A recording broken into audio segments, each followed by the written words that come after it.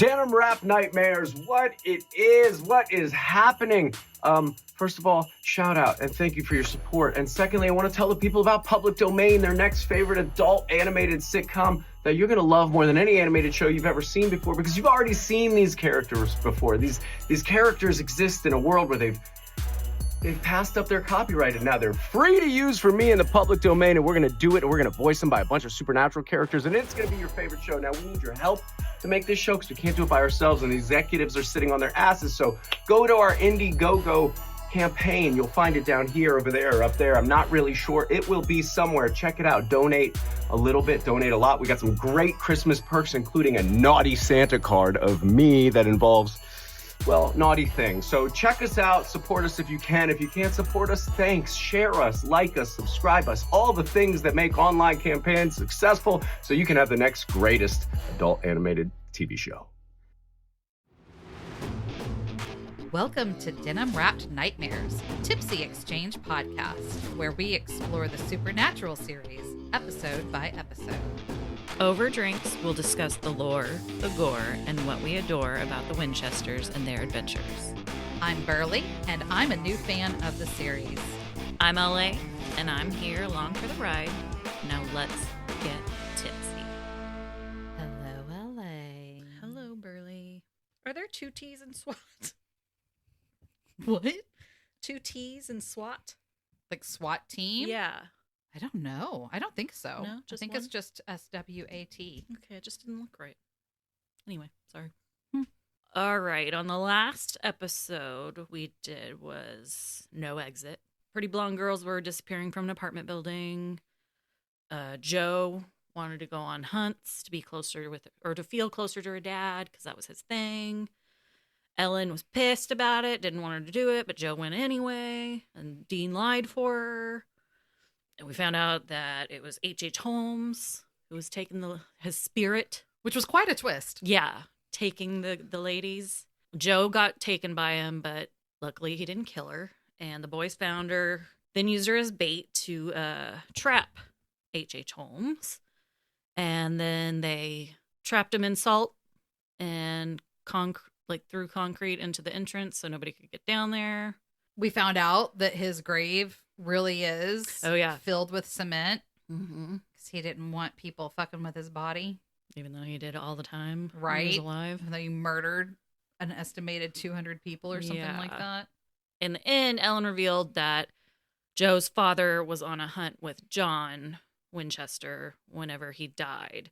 And John never really came back and couldn't look at Ellen anymore. And Joe was pretty upset about it after finding out and didn't really want much to do with Dean anymore. And then just kind of told him to go, and they left. And it also is like why Ellen was so pissed that Dean lied to her. Yeah. Because she already didn't really trust them very much. But yeah, that was a No Exit. Today's episode is The Usual Suspects. And this one was a little shaky at the beginning with the back and forth when it was showing current time and then doing a flashback and then current time and doing a flashback. But it found its footing by the end. Yeah. I ended up really liking this episode. And I didn't think I would in the beginning. Yeah, me either. I think whenever Pete gave Dean that look is when I was finally interested. I was like, what do we have here? All right, well, we're getting ahead of ourselves. Yeah, sorry. It was an interesting plot point. We start out in a police station, and it's kind of hectic. The camera's moving around. Essentially, what we find out is that they just got a very interesting call on somebody. One of the cops is talking about murder and breaking and entry and grave, what's the word they use? Grave desecration. But anyways, it's an interesting call. The station is all abuzz.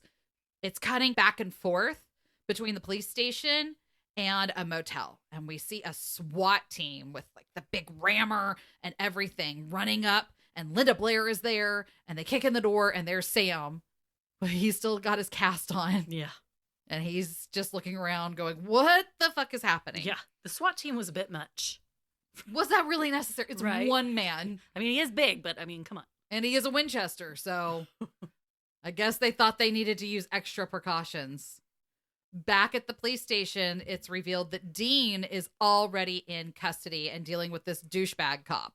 And this music kicks in that totally made me expect that I was going to hear Adele any second go, hello. It never happened, but this music came back later and At the end. agreed with me. You agreed with me. No, yeah, I could totally see where you thought that. At the police station, douchebag cop is talking to Dean, and we figure out that Dean was found at the crime scene where there's a body. This Murdered. Karen Giles has been murdered. And so, of course, they assume that Dean is the killer. He's their primary suspect. He's the one who was there with the body. We were really confused at first because they were obviously talking about finding Dean in past tense. So we were thinking they were referring to a previous episode or something. But it's just one of those things where they show you what's happening and then go back and show you and go back, like we were saying earlier.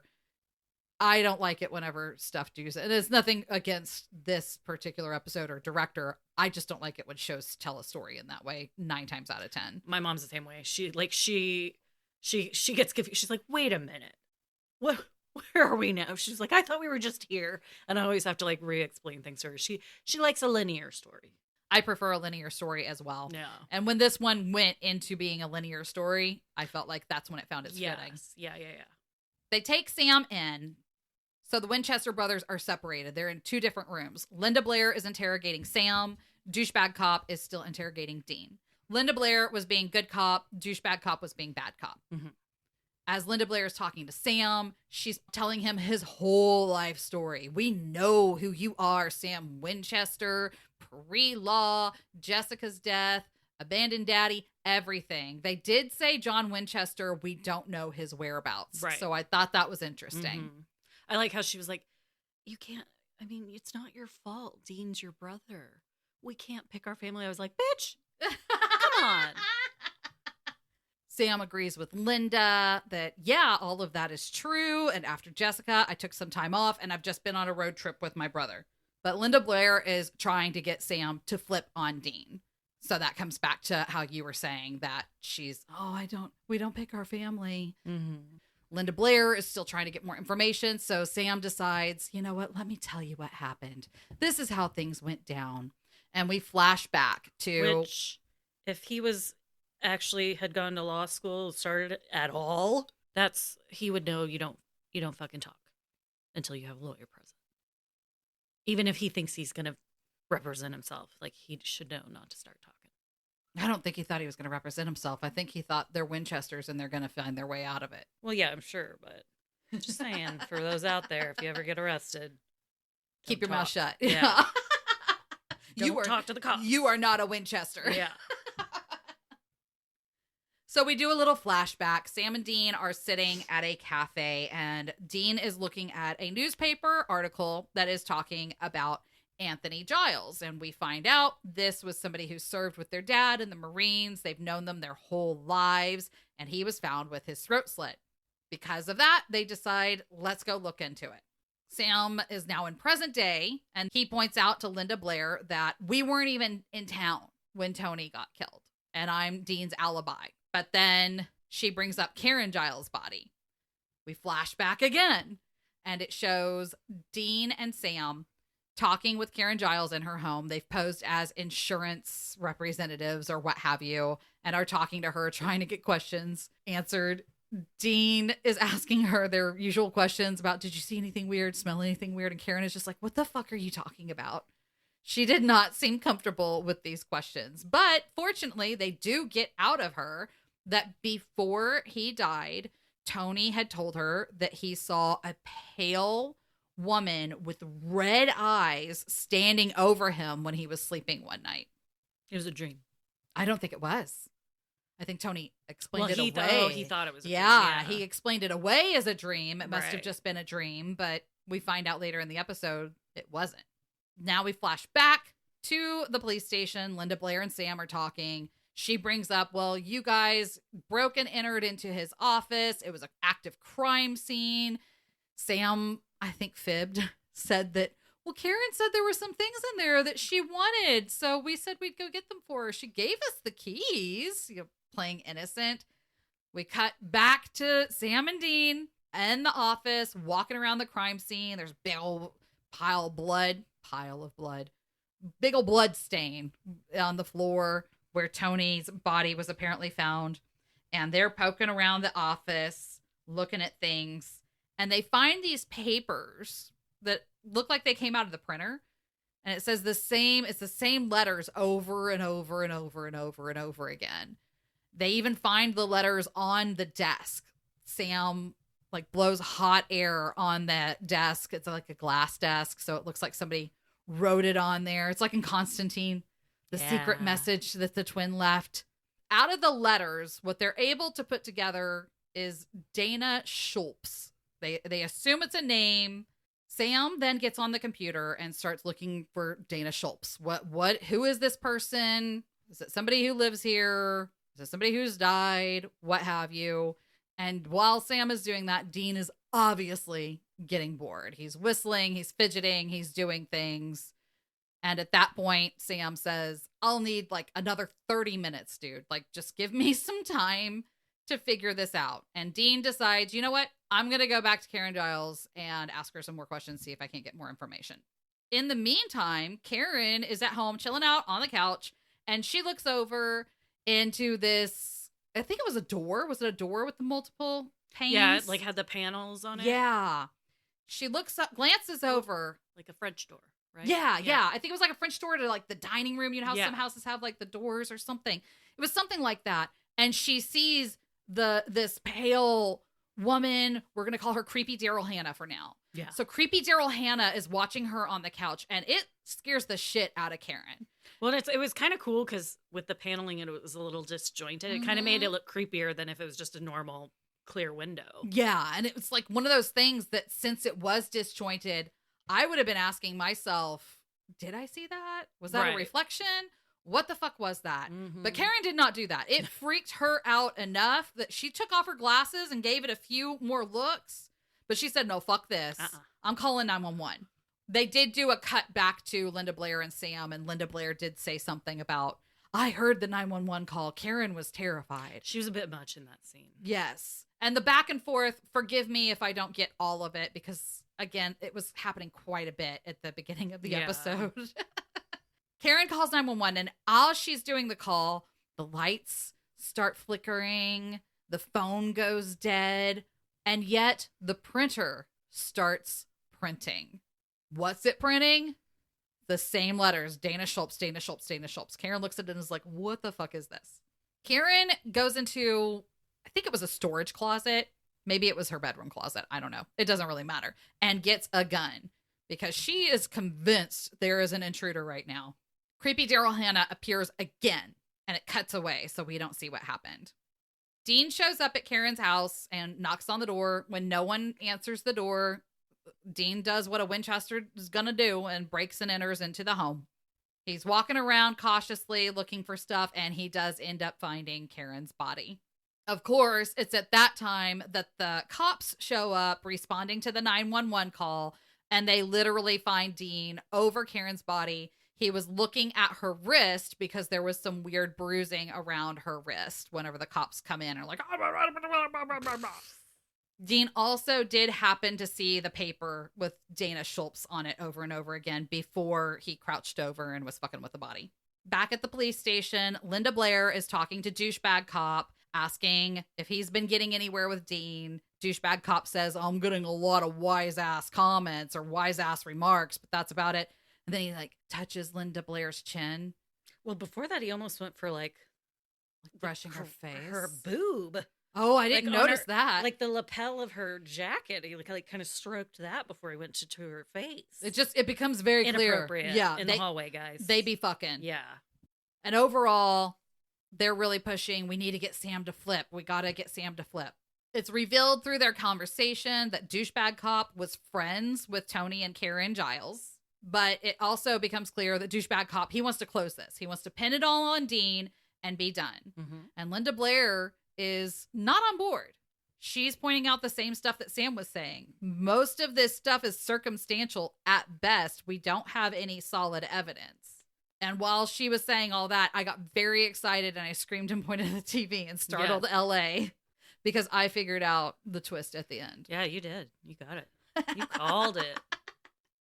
We see Dean in the interrogation room, and he is assigned a public defender who is just a little sweetie, but I think it's fortunate that Dean and Sam did not have to rely on him to get out of this situation. Dean is trying to figure out Dana Schultz. What is this? And oddly enough, Sam is doing the same thing in the other room. They're both thinking the same thing at the same time. And they're thinking it's an anagram. Mm-hmm. So Dean has written down every combination of the letters that he can think of and shows it to the lawyer and asks him, does any of this seem familiar to you? Maybe it's a name, a place, what have you. And the lawyer says, well, there is an Ash Lane, and it's just right around the corner, basically. Dean writes a note and insists that the lawyer go talk to Sam.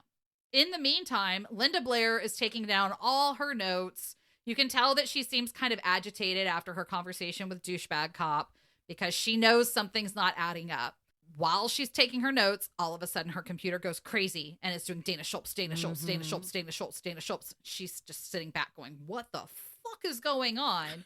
She looks around, and then when she looks back at her computer screen, all the letters are gone. Yeah. She's kind of freaked out, but she just thinks she's crazy at this point. The public defender goes in to see Sam, and I did think it was cute that Sam calls the public defender Matlock, which Dean had also called him that. Yeah. So they make the joke, well, you two are definitely brothers. Nah. A crowd has gathered outside of Dean's cell. They're all behind like the one-way glass. Is that what it's called? One-way mirror. There's a whole big crowd, and it turns out Dean has said, you know what? I'm going to confess. But he doesn't confess what they're wanting him to. Dean actually tells the truth. Right. That they're hunting a vengeful spirit, and he talks about the Dana Schultz thing and the anagram, and Linda Blair goes, oh, fuck, because she had just seen that. Douchebag cop gets super aggressive whenever Dean is telling his story because, again, he's wanting Dean to just confess to everything. Yeah, and I think Pete kind of is conflicted about his feelings about Dean. He slammed him against a wall and gave him this look. Like, I was like, oh, he wants him. Right? He wants Dean, and not in the way a cop wants somebody. Yeah. He like slammed him up against the wall, and the way he looked at him, what was that? I just... Mm-hmm. Next, there's a commotion over in Sam's room.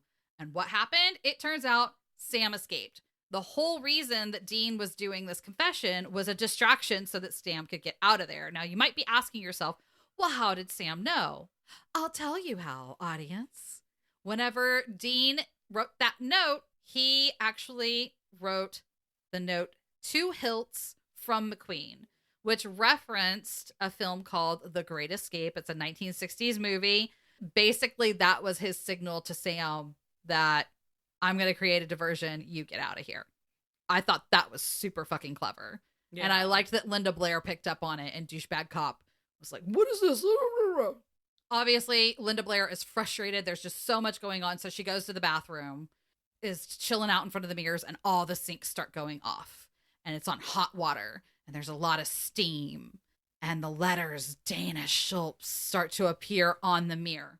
Linda Blair wipes away the steam, and in the reflection, there's creepy Daryl Hannah. Linda Blair turns around, and creepy Daryl Hannah walks up toward her and goes... Linda Blair is freaked, to say the least.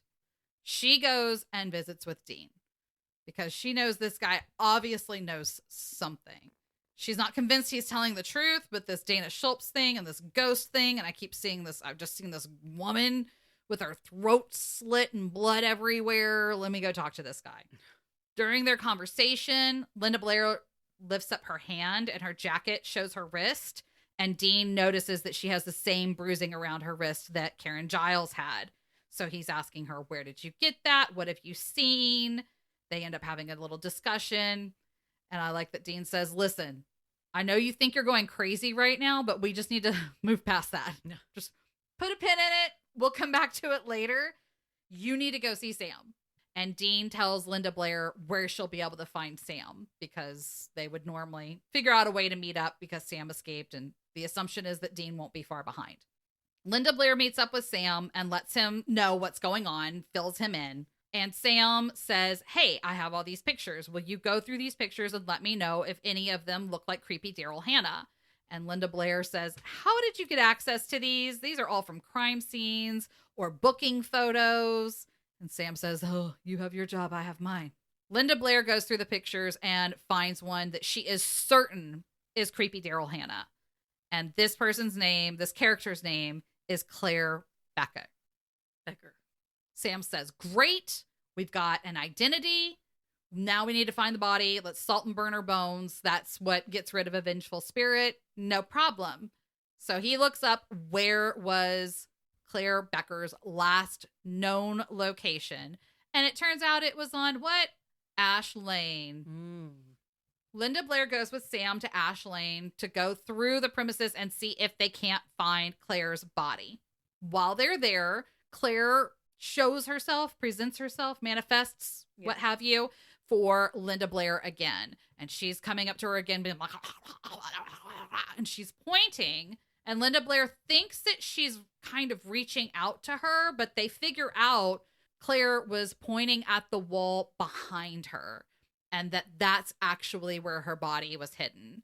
So Sam tears down the wall. And while he's doing this, he's kind of musing out loud, I wonder why she's doing this. Vengeful spirits don't normally want us to find their body and destroy their remains. Something doesn't seem right about this. They get out the body and they open it and it's still kind of meaty. Like it's been there for a while, but it's not a skeleton. They see that her wrists are bound and Linda Blair kind of holds her wrist near her and they make the connection that, yeah, her wrists would have been fucked up how yours are. But they also find a necklace. And Linda Blair recognizes the necklace because it was made custom, just like the one on her neck. And she says, it was given to me by Pete, which I must have missed his name earlier, but Pete is douchebag cop. While talking with Sam, Linda Blair remembers that a while back there was a shitload of heroin that disappeared from evidence and that they didn't know who took it. And they kind of figure out that Pete must have done it and then used Claire to actually sell the product. Meanwhile, douchebag cop has decided that if he can't have Dean, no one can. And he is transferring Dean. But everyone in the police office is kind of freaking out because they don't understand where he's transferring Dean to. He's just driving Dean out into the middle of nowhere. He's going to try and pin everything on Dean. He's going to try and claim that Dean tried to escape while he was transferring him. He's got it all planned out. It's a messy plan, Pete. It's a messy plan at best. And even I think when we get to the part you're talking about, it's just like he wants Dean in so many. I think he wants him in bed, he wants him dead, and he wants him to take the fall. He's just very conflicted. It's a lot of feelings for Dean. It's all very mixed signals. What? Mixed signals, Pete. True. Figure out your life. Yeah. Get it together. Luckily, Linda Blair and Sam have had the LoJack turned on. I think that's what they called it. And tracked the vehicle because Pete's dumbass actually used one of the cop vehicles to try and quote unquote transfer Dean. They show up just in time. Pete has pulled Dean out of the back, thrown him onto the ground, loosened up his tie and unbuttoned a top button for some reason. Yeah. Getting ready to take some clothes off. Linda Blair shows up with her gun pointed at Pete just in time to stop him from shooting Dean and gets the full tea. Pete spills everything about the heroin, using Claire to sell it, how Claire was going to come clean. She didn't want to do it anymore. That Tony is who was helping him wash the money and he was going to come clean and didn't want to do it anymore. And then Karen knew what was going on. So he had to kill all of them and just telling Linda Blair, it's perfect. I'm just going to pin everything on this guy. You know, it's good. We're good, baby. We're good. Yeah, he called Dean a gift. Yeah, he did. You got really happy about that? I was like, oh, yeah, I was right. I was right about his conflicting feelings. Well, Claire shows up and just does her weird down chin stare that she does. And it distracts Pete long enough that Linda Blair is able to shoot him in the leg, take his ass down. Oh, no, she already shot Pete in the leg. It's enough time for her to actually shoot and kill Pete. Because even after shooting him in the leg, Pete was still getting the upper hand and threatening to murder everybody. Cut to, the sun is now up, so some time has passed that they've all just been sitting there staring at Pete's body. Dean is out of his cuffs and everything. And Linda Blair is telling Sam and Dean that she can clear them of all the stuff that has happened here because of all the information that she has now, that she'll be able to make all that go away. But as far as the stuff that happened in San Francisco, where it was really the skinwalker and not Dean, she can't make that go away. She can't help them there. And now the police know that Dean Winchester is not dead, that he's still out there. But she still helps them out by saying, I can tell them that you escaped, that you got away. She tells them where the Impala is impounded and tells them don't go after it. Yeah. But we know they are. Of course. And then the hello music comes in again. And it was cute that as they're walking away, Dean asks Sam, hey, didn't that girl look familiar? And Sam's like, I don't know. And then Dean says, I'm craving pea soup for some reason. That's cute. It was really cute. So in the end, I ended up really liking this episode. Yeah. But it was with the back and forth stuff between flashbacks and present day. I didn't like all that. It was choppy. Yeah. Other than creepy Daryl Hannah's slit throat, there wasn't a lot of gore in this one. Nope. And it was cool seeing Linda Blair. Yeah, that was cool. I bet they were excited to have her. Take us into the lore, LA. Okay. Well, Sam mentioned that creepy Daryl Hannah was a death omen instead of a vengeful spirit. So I actually skipped over that part. So oh, whoops. I explained that he didn't understand why she was pointing out where their body was, but I forgot to explain the death omen part. Oh, okay. My bad. Well, yeah, that's what he says. And that's the lore. So people have looked for bad omens and death since, the dawn of time. And it looks different in different cultures, different symbols of mourning, animals, all kinds of different things that foreshadow death. Death for you, death for your loved one, death for somebody under your roof. Ruth? Yeah. Ruth? My Ruth. So I'm going to go down. There was this list of 13, which I thought that was kind of funny. There's Exactly 13. Yeah. Since that's kind of a superstitious thing. But the first one was black butterflies, and this is for Central America and the Philippines. Yeah, I was going to do like the normal ones, like a black cat, crows. And I mean, this one does talk about some of those, but these were interesting that I've never personally heard of. I didn't know that black butterflies even existed. Yeah, they do in Central America and the Philippines. Black butterflies have been seen as a sign of death in a lot of cultures, but we're just talking about them. And it's similar to black moths as well. And if you see a black butterfly in your house, it could symbolize someone in your home will soon pass, or you will have a relationship end. Some believe black butterflies are a sign of secret wisdom for life's transitions, which would make sense for like the end of the relationship thing. And they believe that butterflies are a reminder that life is always changing. Opals. Yeah, the gemstone. So in Europe, it started around the time of the Black Death in Europe. And during that pandemic, it was thought that those who wore pearls were noticing that the gem was changing colors. Once it would sparkle until the person died, and then it wouldn't sparkle anymore. But, I mean, nowadays they attribute this to the fact that when you had the Black Plague, you had a high fever, so you were hot, and that the stone was so delicate that with the heat, it had a higher brilliance, which made it look like it was sparkling. Oh. So then, of course, when they died and they were cold, it looked duller. So it was more of just like a heat temperature thing because they had the fever. Like a mood ring. Right, yeah. But I'd never heard that one before. And then when they explained it, I was like, oh, okay. But like totally see, back in the day, they would have thought that. And then, of course, comets. In ancient times, comets in the sky were blamed for just about anything bad that happened to humanity. It was just like the scapegoat for all. I imagine you could see them so much more clearly, comets Oh, and yeah. shooting stars, because we didn't have all the light pollution and shit. Right. In this article, they said Halley's Comet, for example, Halley's Comet only passes Earth every 75 years. And when it passed prior to the Black Death in Europe, it says Black Death, Black Plague. I know it's the same, but anyway. Pick one. Right?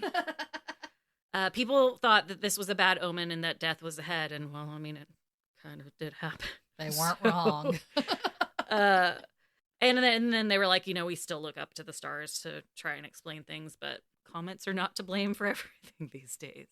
And But the stars, though, I recently found out that my daydreaming and scenarios that I'll make up, it's actually called maladaptive daydreaming, and it's a mental illness. Oh, shit. And I thought it's just because I'm a Pisces. Uh-oh. We daydream and whatever. Oh, I do too. Whoops. Great. Another issue. Another thing. Oh, my God. Therapy. Yeah. Well, number 4 is dreams. Oh, In speaking our of. modern society. I know, in our modern society. Some believe that dreams can be a sign of death to come. You might not, obviously, we don't always remember all of our dreams, but they think that it's part of our subconscious. Dreaming of more than one moon is a sign that bad things are ahead. If you dream you're making your way through muddy water, this could also be a sign that end is near. In a study into the meaning behind dreams, it was found that omens can be taken in several ways, and it can be from anxiety to like relationship troubles, and that's kind of what manifests into your dreams. I mean, not obviously, but makes sense. Right. Which I don't have dreams that I'm going through muddy waters, but I have dreams where like I can't move my legs properly. And I've read that means like you feel like you're stuck. I was like, oh, yeah. I used to have recurring dreams about spiders Mm-hmm. or my teeth. Yeah. Oh, Falling yeah. out. Loss of control. Yeah. I read about that one. I used to get that a lot too. I hated it. I haven't had any recurring dreams anytime soon, recently. Well, that's probably a good But I thing. used to get those a lot in my 20s and 30s. Yeah, same. Okay, number 5 is 3 knocks in Ireland, which I would probably scare the shit out of a lot of people because I always knock like 3 times, and I've got like Right. a cop knock. That's what I was So, thinking. but Wait, how many times are you supposed to knock? well, Most not people, 3. I feel like, knock 3 times. No. It's funny. They were like, you want to be careful with how many knocks you hear at your door when you're in Ireland. And 3 hard knocks is said to be a sign of someone just died or is about to die in your home. So I should not go knocking on doors in Ireland. Scare the shit out of people. And it's also in Scotland. The 3 knocks have to occur within a few minutes apart. Most unexpected knocks on the door do indicate bad news, just in general. I hope they have doorbells. Right? 6 are mirrors, which mirrors in Europe, this specifically. And we all know the myth of, broken mirror, 7 years bad luck. But in European cultures, it's more of a sign of death. In the days before mirrors were common, people looked into the water to see their reflections. And the reflection was thought to be like a portal to the soul. And if the reflection was murky, which I'm sure a lot of water was, this was a sign that something wasn't right. It still continues on to today, and a lot of them don't like to look in the mirrors. They're hesitant to, and most especially after a death occurs. Back in the day in Europe, after someone died, they would cover the mirrors with sheets and stuff. I was about to ask, is that how Shiva, isn't that what it's called? Yeah. Don't they cover the mirrors during Shiva? Oh, I don't know. Do they? I think they do. And maybe. I'm sure it's probably I'm not some Jewish, sort of so correlation. I could be wrong, but Yeah. I know that. Actually, I'm saying I know. I think that the Jewish cover the mirrors during Oh, okay. Shiva. Huh, okay. I'm sure there's probably something to it. 7, it's will-o'-the-wisps in Scotland. Like will-o'-wisps? Will-o'-the-wisps. Is what it Willow says. the wisps. Yeah. Okay. And it was like, if you ever notice a mysterious bulb of light following you around, Oh. this is probably a reason to be alarmed, which, yeah. And so they're, I guess in Scotland. Aliens. Oh. In Scotland, they call them will-o'-wisps. And they've also been called corpse candles. And they're mysterious orbs of light. They come in different colors, but they often appear to follow you around. And it's believed that these are death omens. That someone's following you around so that when the time comes, they can collect your soul. You said this is common? That they have orbs of light following them? I guess. I don't think I said it was common. I might have just misheard. Well, Or I might have made it up in my head. I do that sometimes. Scientists came up with something different, a little different from that idea. And they said that these Lorbs? Yeah. Light orbs are thought to be glowing balls of gas from marshes or lakes. And that's why they're often seen when you're over water. But this legend goes back hundreds of years in Scotland. So, I don't know. Interesting. Lots of gases going on. Apparently. Number 8 is falling portraits, which happens in a lot of cultures. Photos hanging on the wall of your loved ones. And if one of them falls, it means that person's going to bite it soon. Well, and it's for whoever's in the photo. And even if it's a group of people, it says like they're all biting it, I guess. Damn. And then these are some of the more common ones. Black cats in Western society. And this can be traced back to superstitions in ancient Greece. Oh. And according to mythology, Zeus's wife, Hera, turned her servant into a black cat as a punishment. And he went on to become the assistant for Hecate, the goddess of witchcraft. His association with witches and evil black cats are still seen as a sign of bad luck or death these days. Crows, again in Western culture. A large group of 5 or more crows is said to be a sign of death or illness. Spotting a single crow is a bad omen on its own, and you'll want to be especially mindful of large groups. If you spot multiple crows, it's a murder. And this is all according to the depiction in literature. Crows and ravens are often thought to be associated with witches and other bringers of darkness, giving them this wicked connotation. I will say this. Whenever you pull up to a stoplight or you're going to anything where there's like a awning or a sign or light lamps, light posts, whatever, and there's a shitload of blackbirds there for some reason. Oh, yeah. It does feel very ominous. Yeah. And I've always thought it's some sort of subconscious thing that I'm doing with the movie The Birds or something. But I've never seen the birds. You haven't? No. Oh, you gotta see it. Why does it feel so ominous when you pull up to a stoplight and there's just a shitload of birds there? Because you're not used to seeing it. It just feels very eerie. Yeah. Well, you remember that one, St. Patrick's Day, we were walking to the parade and we saw a bird, and then just like 5 minutes later, I got hit by a car. No. Yeah. When we were walking out there was like a dead bird on our path. I remembered you getting hit by the car, but I didn't Before remember that, we the saw a dead bird. It wasn't a dead crow or anything. It was just a little bird. But yeah, I remember that. Yeah. Should have paid more attention. Should have known something was coming. Yeah. Okay, we just have 3 more. In white horses in England and the Czech Republic, white horses are beautiful creatures. But death rode a pale horse. Well, they said the bringers, a single white horse in your stable is a sign of good luck ahead, but spotting one out, like a wild horse? Yeah. It says it isn't something you want to look forward to. That if you see 2 white horses pulling a hearse, this means death might occur in the town within a single month, which, I mean, that seems odd. I'm sure that happened a lot. If you dream of a single white horse, this is supposed to be bad news coming your way. And the pagan deities were once depicted as riding white horses, making them heavenly. And today, horses are a sign that your time might be up, which I don't want to believe that. I love horses. 12 is fans in Korea. Fans? Mm-hmm. So in Korea, they think that sleeping with a fan running and your windows closed causes imminent death. And I did go, when I was looking for a house to rent, there was one guy that I went to look at the house and they had no ceiling fans. Hello, we're in Texas. Right. And he mentioned that it was due to his wife that she, like in her culture, they believed that it didn't work with feng shui. Oh. To have the fans in the rooms. Which I'm like, I guess probably is due to this. Somehow related to it, Yeah. yeah. But the electric fans were invented in the 1920s, and it was a common fear in Korea.